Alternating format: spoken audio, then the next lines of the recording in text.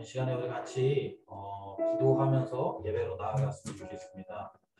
여러분, 한 주를 이제 마무리하는 금요일입니다. 물론 내일 또 일을 하거나 내일 또 우리가 하루를 더 살아내야 되지만 어쨌든 우리가 이제 바쁘고 분주한 한 주를 이렇게 보내고 금요일에 우리 예배 자리로 나왔습니다. 여러분의 일주일은 어떠셨나요? 여러분의 일주일이 주님과 동행하시고 또 주님의 임재 가운데 있었습니까? 아니면 너무 힘들고 너무 어렵고 또 그래서 이렇게 원망하고 불평하는 그런 한 주를 보내셨습니까? 그리고 우리는 그 하나님의 계획을 다 알지도 못하고 다 깨닫지 못하기 때문에 지금 우리가 살아가는 그 한 시간 한 시간이 한순간 한순간이 괴롭고 힘들 때가 많이 있는 것 같아요. 그런데 우리가 주님의 마음으로 조금 더 큰 그림을 본다면 그 과정이 있어야 우리에게 하나님의 사랑과 또 하나님의 손길들을 경험할 수 있는 그런 하나의 그 디딤돌이라고 우리가 생각할 수 있으면 좋겠어요. 이 시간에 기도할 때 나는 힘들고 어려운 시간이었지만 그러나 주님의 큰 계획을 가지고 볼 수 있도록 은혜 달라고. 그리고 그 주님의 큰 계획 안에 우리가 그 볼 때 지금 내가 살아가는 모든 것이 주님의 은혜임을 고백할 수 있는 그런 영성을 우리에게 달라고. 이 시간 우리 같이 우리 기도하면서 우리 예배로 나아갔으면 좋겠습니다. 우리 같이 기도합시다. 하나님 아버지, 그렇습니다. 한 주 동안 잘 살아보려고 또 나름대로 의미 있는 삶을 살아보려고 노력했지만 힘들고 어려운 시간들이 많았음을 고백합니다. 너무 힘들고 고통스러워서 또 힘겨워서 그래서 주님을 찾기보다는 원망하고 불평할 때도 많았고 또 그러면서 염려하고 근심하는 순간들도 많았음을 고백합니다. 그러나 주님, 이것이 우리 인생의 실패로나 하나 우리 인생이 진짜 고통스러움이 아니라 이 시간들을 통해서 하나님의 선한 손길로 또 이 시간들을 통해서 하나님이 우리에게 어떻게 일하시는지 그 하나님의 큰 그림을 우리가 볼 수 있는 안목이 생겨났으면 좋겠습니다. 이 시간 우리 예배 가운데 함께하여 주시옵시고 우리가 주님을 찬양할 때 주님을 예배할 때 그 크신 주님의 역사들을 우리가 목도할 수 있도록 주님 도와주시고 인도하여 주시옵소서. 오늘 예배 가운데 임하신 하나님 우리가 기대합니다. 우리의 피곤한 육신과 피곤한 마음들을 주님 앞에 올려드려 주님 받아주시옵시고 온전히 주님만을 바라볼 수 있도록 온전히 주님만을 의미할 수 있도록 주님 도와주시고 인도하여 주시옵소서.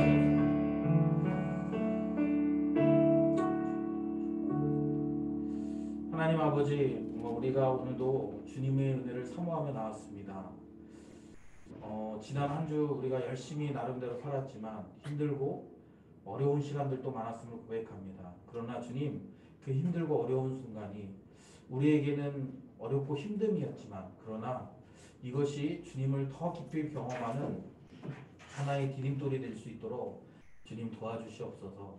아직 이해되지 않고 또 그렇게 납득되지 않지만 그러나 주님, 오늘 우리가 예배하며 그런 주님의 그 방식대로 주님의 시선으로 우리가 우리의 삶을 바라볼 수 있는 은혜 주시옵소서. 이 시간 임재하신 하나님을 기대하며 감사드리며 예수님의 이름으로 기도드립니다. 아멘. 우리 이 시간 우리 함께 찬양했으면 좋겠는데요. 선한 목자 날 사랑하는 분, 주 인도하는 거 따라가리. 우리 찬양하면서 주님이 선하다라고 우리 고백했으면 좋겠습니다.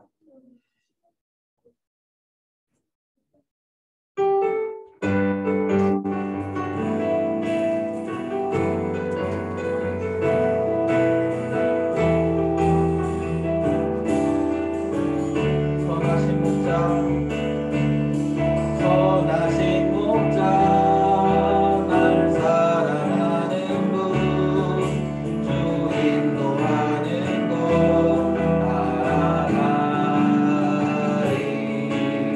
주의 말씀은 나 듣기 위하여 주 인도하는 곳 가려낸 선하신 목자 날 사랑하는 분 선하신 목자 날 사랑하는 분 주 인도하는 곳 따라가리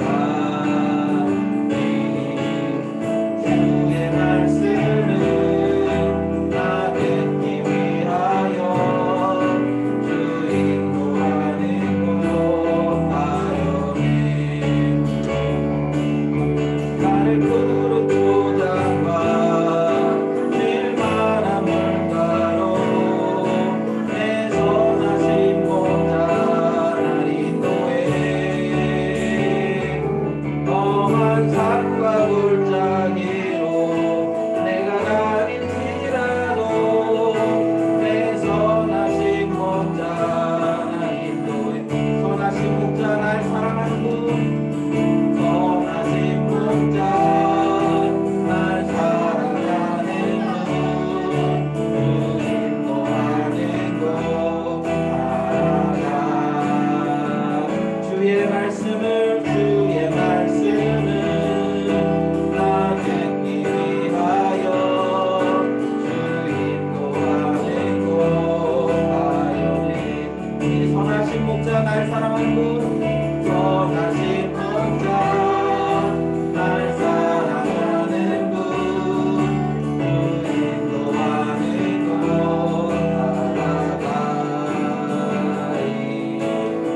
주의 말씀을 나 듣기 위하여 주 인도하는 곳 가려내 나를 푸른 초장과 질만한 물가로 내 선하신 목자 날 인도해 험한 산과 골짜기로 내가 다닐지라도 내 선하신 목자 나를 푸른 초장과 질만한 물가로 나를 푸른 초장과 질만한 물가로 내 선하신 목자 날 인도해 험한 산과 골짜기로 내가 다닐지라도 내 선하신 목자 날 인도해 아멘. 여러분 믿으십니까? 지금 우리가 가고 있는 길이 푸른 초장과 쉴만한 물가임을 여러분들이 기억하셨으면 좋겠습니다. 지난 한 주를 살면서 제 안에 이렇게 참 감사할 이유도 참 많았거든요. 뭐 여러 가지 감사할 이유들이 많았는데 그런데 어느 순간순간 제 안에 이게 원망과 불평들이 막 이렇게 피어오를 때가 있더라고요. 저도 모르게 갑자기 그 원망과 불평이 다른 사람에 대한 공격이나 또 다른 사람에 대해서 이렇게 화내는 것으로 이렇게 되어지는 것들이 있었음을 제가 이렇게 좀 봤거든요. 그러면서 제가 이렇게 뭐랄까 나는 왜 분명히 이 상황들이 감사해야 되는데 감사가 없고 나는 왜 이렇게 원망하고 있고 불평하고 있지? 라고 이렇게 곰곰이 살펴보면서 이게 제가 이렇게 내가 살아가고 있는 모든 것이 은혜인데 그럼에도 불구하고 그것을 은혜라고 생각하지 않고 당연히 이렇게 주어져야 되는 것들이라고 생각하고 더 주어지지 않는 것에 대해서 원망하고 그러고 있는 저의 모습을 좀 봤습니다. 우리 이 찬양 할 건데요. 우리 좀 우리 마음을 담아서 고백했습니다. 사실 이거는 제 고백일 수도 있을 것 같은데 우리가 이 찬양하면서 이 찬양의 가사처럼 우리가 고백할 수 있었으면 좋겠습니다.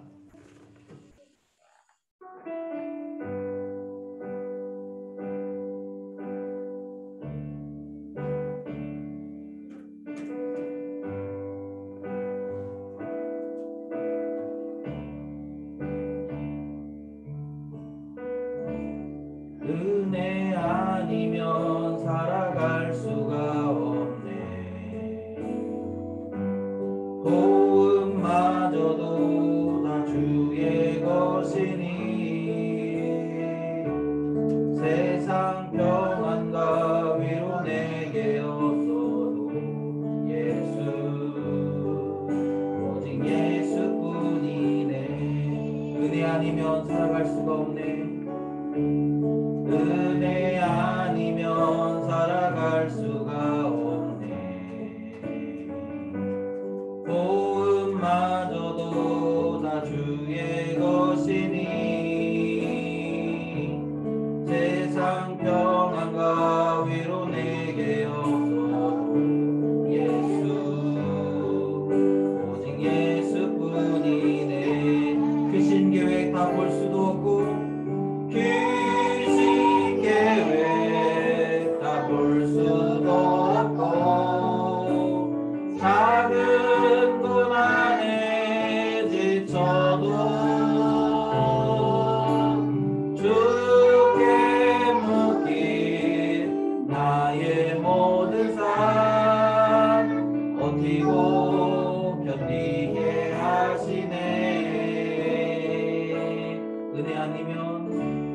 은혜 아니면 살아갈 수가 없네. 나의 모든 것 다 주께 맡기니 참된 평안과 위로 내게 주신 예수 오직 예수뿐. 크신 계획 다 볼 수도 없고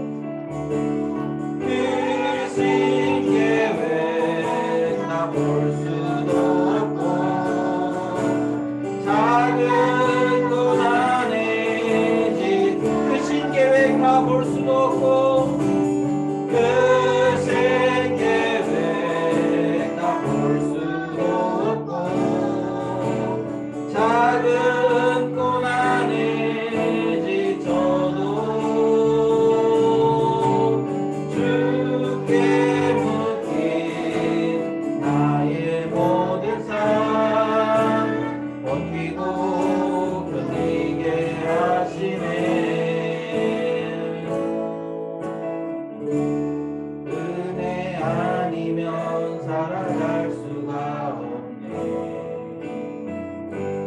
나의 모든 것 다 주께 맡기니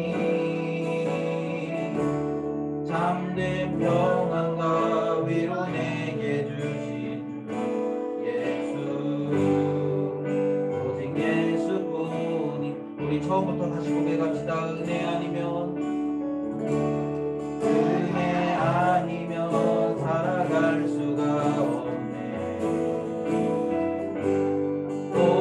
도움마저도 다 주의 것이니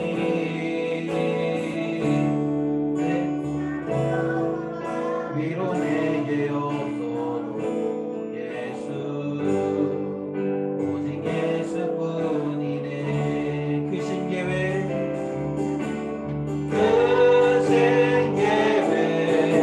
다 볼 수도 없고 작은 고난에 지쳐도 주께 묶인 나의 모든 삶 버티고 견디게 하시네. 은혜 아니면 살아갈 수가 없네. 나의 모든 것 다 주께 맡기니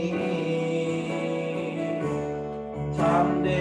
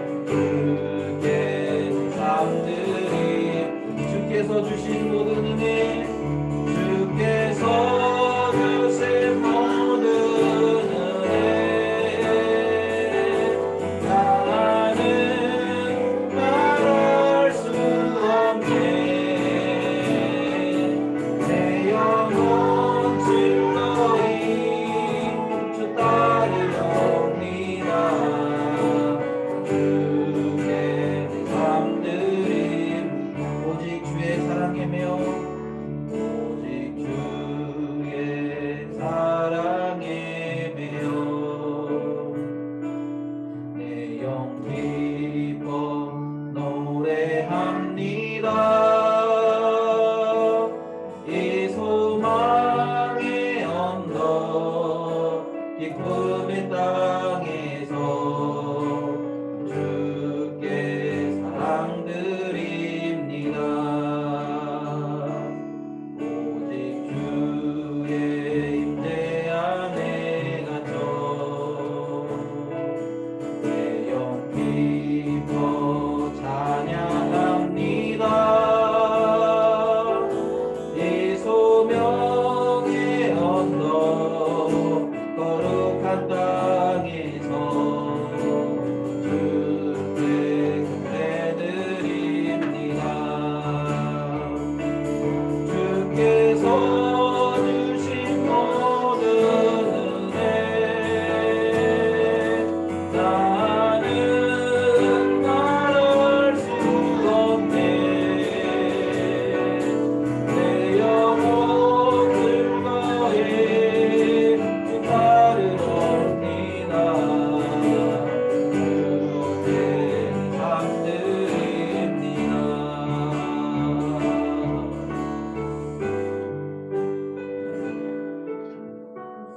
이 시간 우리 같이 기도했으면 좋겠습니다.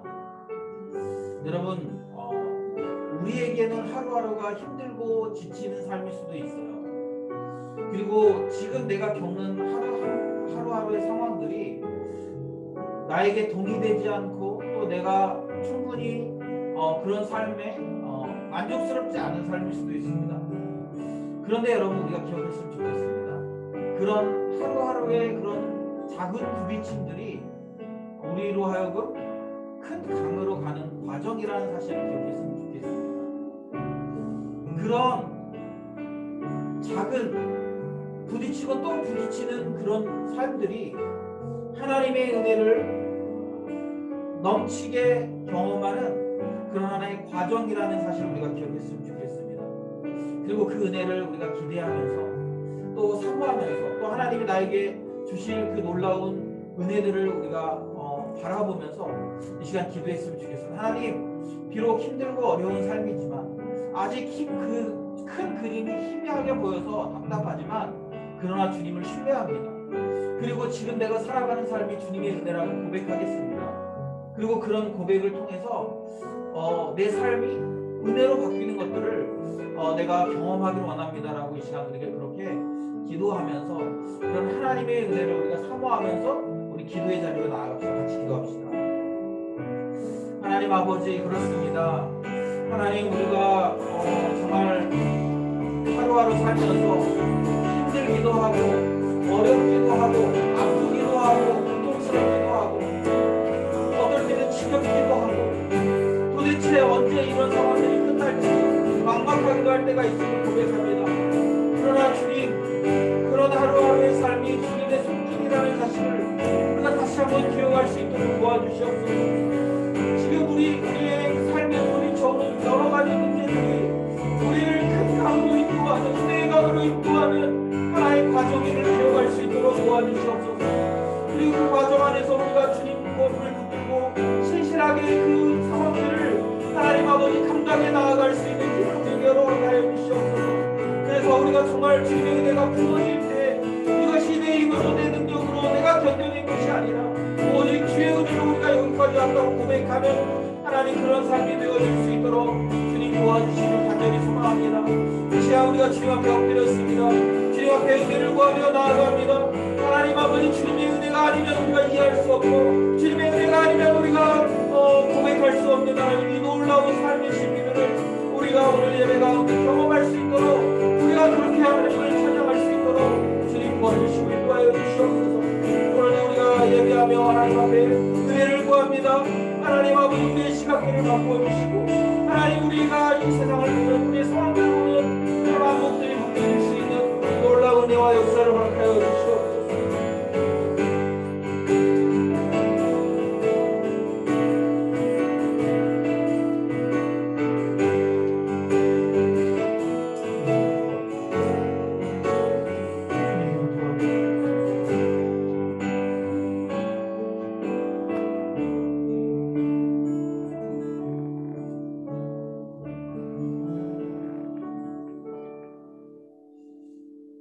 하나님 아버지, 우리가 피곤하고 또 우리의 상한 심령들을 가지고 하나님 앞에 나왔습니다. 우리가 한 주 동안 세상에 살면서 여러 가지 상황 때문에 또 변하지 않는 우리의 어려운 현실 때문에 지치기도 하고 또 그러면서 낙심하기도 했는데, 그럼에도 불구하고 주님 은혜로 우리가 이 자리까지 왔습니다.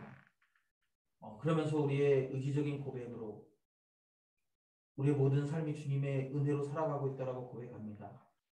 하나님, 이것이 우리의 의지적인 고백이 아니라 우리 마음의 진심으로 하나님 고백할 수 있는 그런 영적인 눈들이, 또 영적인 그런 감각들이 회복될 수 있도록 주님 도와주시옵소서.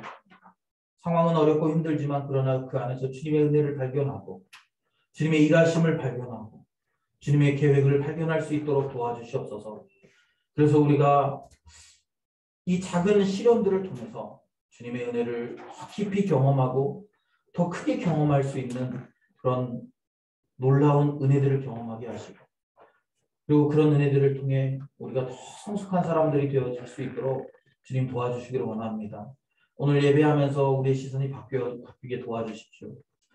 오늘 예배하면서 우리의 시선이 더 넓어지기를 원합니다. 그래서 주님이 행하시는 그 놀라웠고 풍성한 일들을 우리가 보고 경험하고 또 그 은혜에 감격하고, 그래서 주님께 우리의 생을 드려도 아깝지 않다라고 고백하는 그런 귀한 헌신의 밤이 될 수 있도록 주님 도와주시옵소서. 이 예배 가운데 임하신 하나님을 기대하며 감사드리며 예수님의 이름으로 기도드립니다. 아멘. 우리 함께 하나님의 말씀 보겠습니다. 오늘 우리에게 주신 하나님의 말씀은 욥기서 15장 1절부터 16절까지의 말씀입니다. 15장 1절부터 16절까지 우리 읽겠습니다. 우리 같이 읽습니다. 시작. 대만 사람 엘리바스가 대답하여 이르되 지혜로운 자가 어찌 헛된 지식으로 대답하겠느냐? 어찌 동풍을 그의 복부에 채우겠느냐? 어찌 도움이 되지 아니하는 이야기 유익한 말로 변론하겠느냐? 참으로 내가 하나님 경외하는 일을 그만두어 하나님 앞에 묵도하기를 그치게 하는구나. 내 죄악이 내 입을 가르치나니 내가 간사한 자의 혀를 좋아하는구나. 너를 정죄한 것은 내가 아니요 내 입이라. 내 입술이 내게 불리하게 증언하느니라. 내가 제일 먼저 난 사람이냐? 산들이 있기 전에 내가 출생하였느냐? 하나님의 오묘하심을 내가 들었느냐? 지혜를 홀로 가졌느냐? 내가 아는 것을 우리가 알지 못하는 것이 무엇이냐? 내가 깨달은 것은 우리가 소유하지 못한 것이 무엇이냐? 우리 중에는 머리가 흰 사람도 있고 연로한 사람도 있고 내 아버지보다 나이가 많은 사람도 있느니라. 하나님의 위로와 은밀하게 하시는 말씀이 내게 작은 것이냐? 어찌하여 내 마음이 불만스러워하며 내 눈을 번뜩거리며 내 영이 하나님께 분노를 터뜨리며 내 입을 놀리느냐?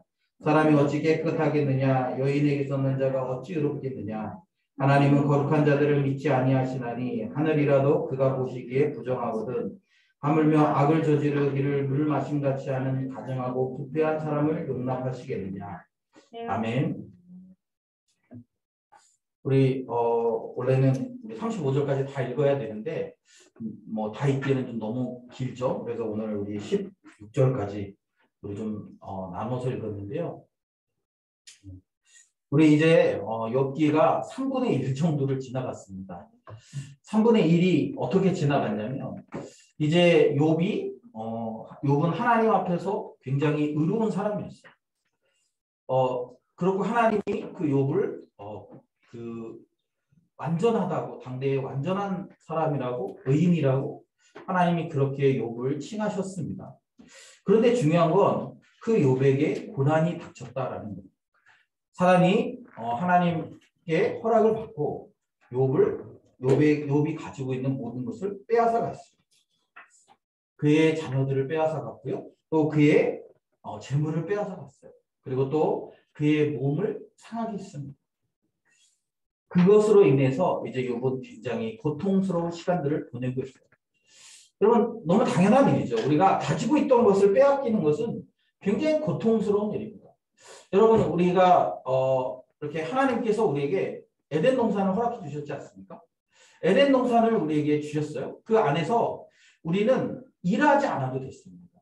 일하지 않아도 되고 물론 그 안에 나름대로 일이 있었죠. 예를 들면 그 에덴 동산의 질서를 지키는 일이라든지 또 동물들에게 이름을 지어주는 일이라든지 뭐 그런 일들이 있긴 했지만 그러나 지금처럼 이렇게 고생스럽게 일하지 않아도 됐어요. 그런데 아담과 하와가 범죄했습니다.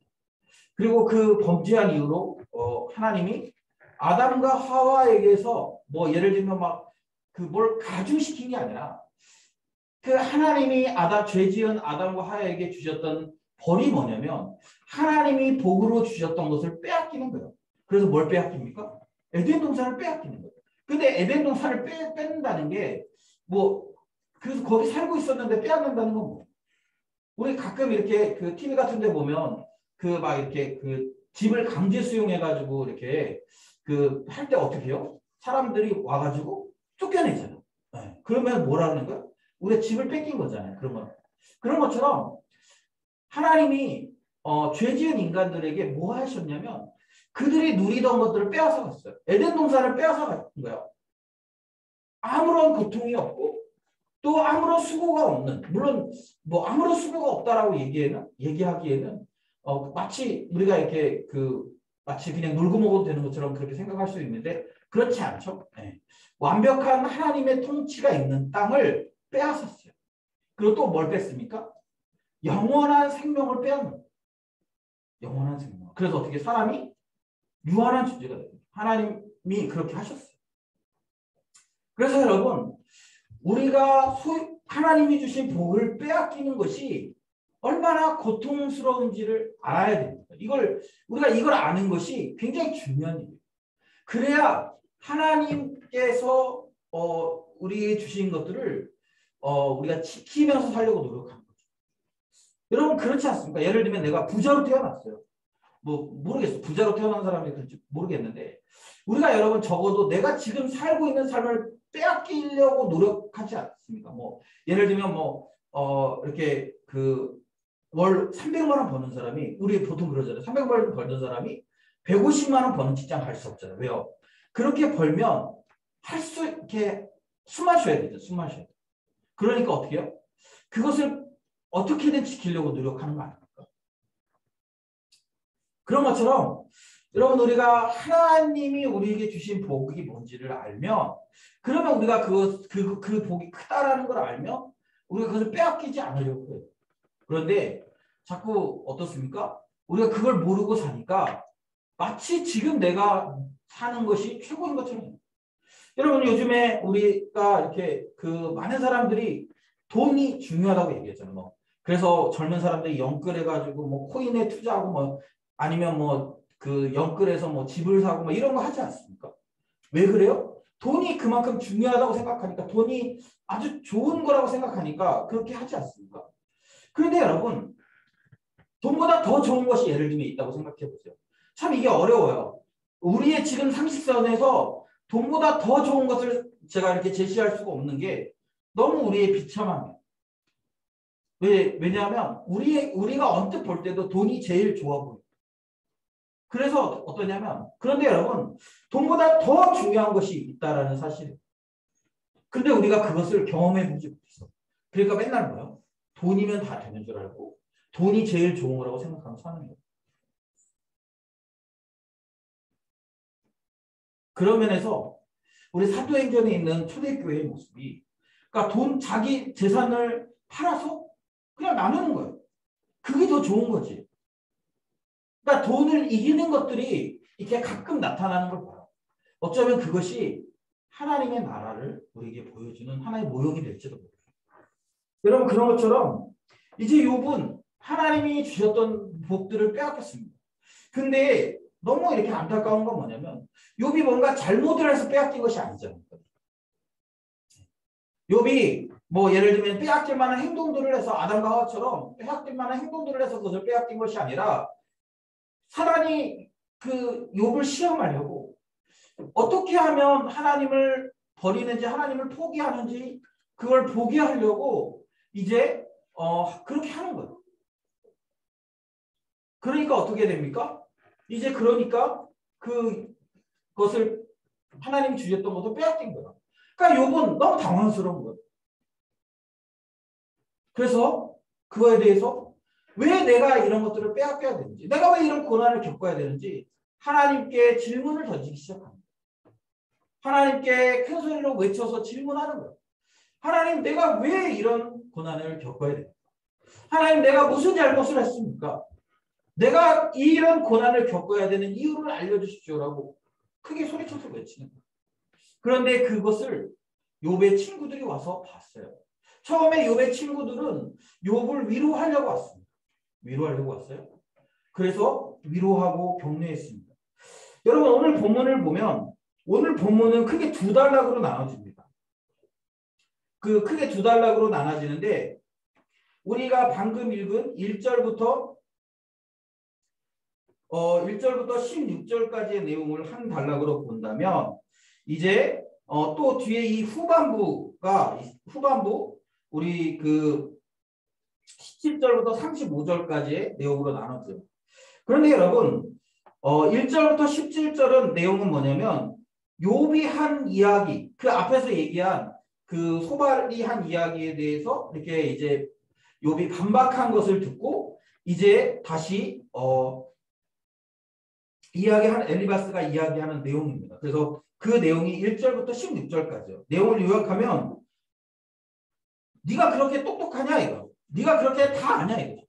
네가 하나님의 그 크신 마음을 알고 다 아는 것처럼 얘기하는데 그것도 정말 다 아는 거 맞냐 이렇게 이제 그렇게 그 이야기하는 거고요. 그러면서 17절부터 35절까지의 내용은 뭐냐면 이 악한 사람들이 겪는 그 결국이 어떠한가에 대해 설명하고 있습니다. 근데 여러분 이게 잘 보면 이 엘리바스가 이게 이전에도 이야기하지 않습니까? 이전에도 한번 이게 한 바퀴 돌고 이제 그 다음에 또 엘리바스의 차례가 돼서 그 얘기하는 거지 않습니까?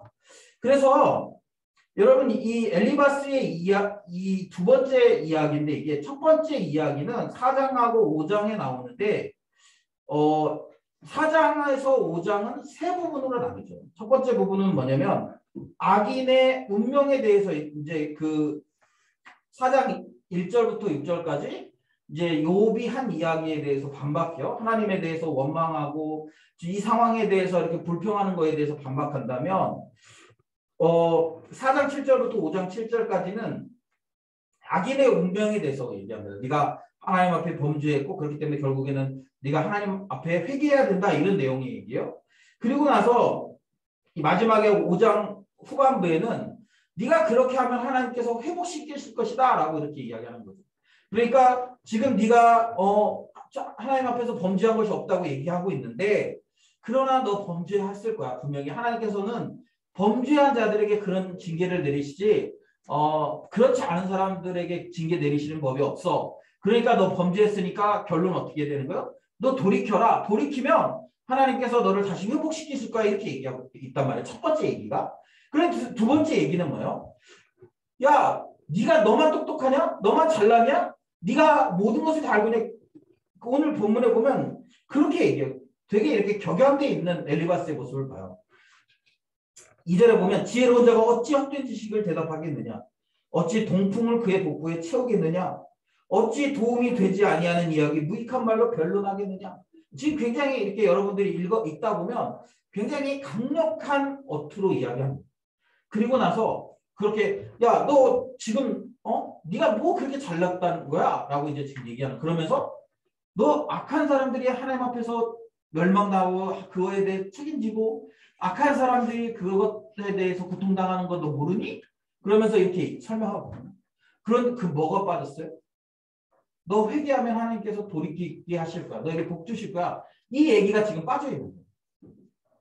여러분 지금 욥의 친구들은 욥을 위로하러 왔는데 지금 계속 변론하고 변증하다가 어떻게 되는 거예요? 결국에는 그 친구들의 마음이 지금 굉장히 불편하고 격양되어 있는 거예요. 그러면서 어떻게 합니까? 욥을 정죄하는 자리에 갑니다.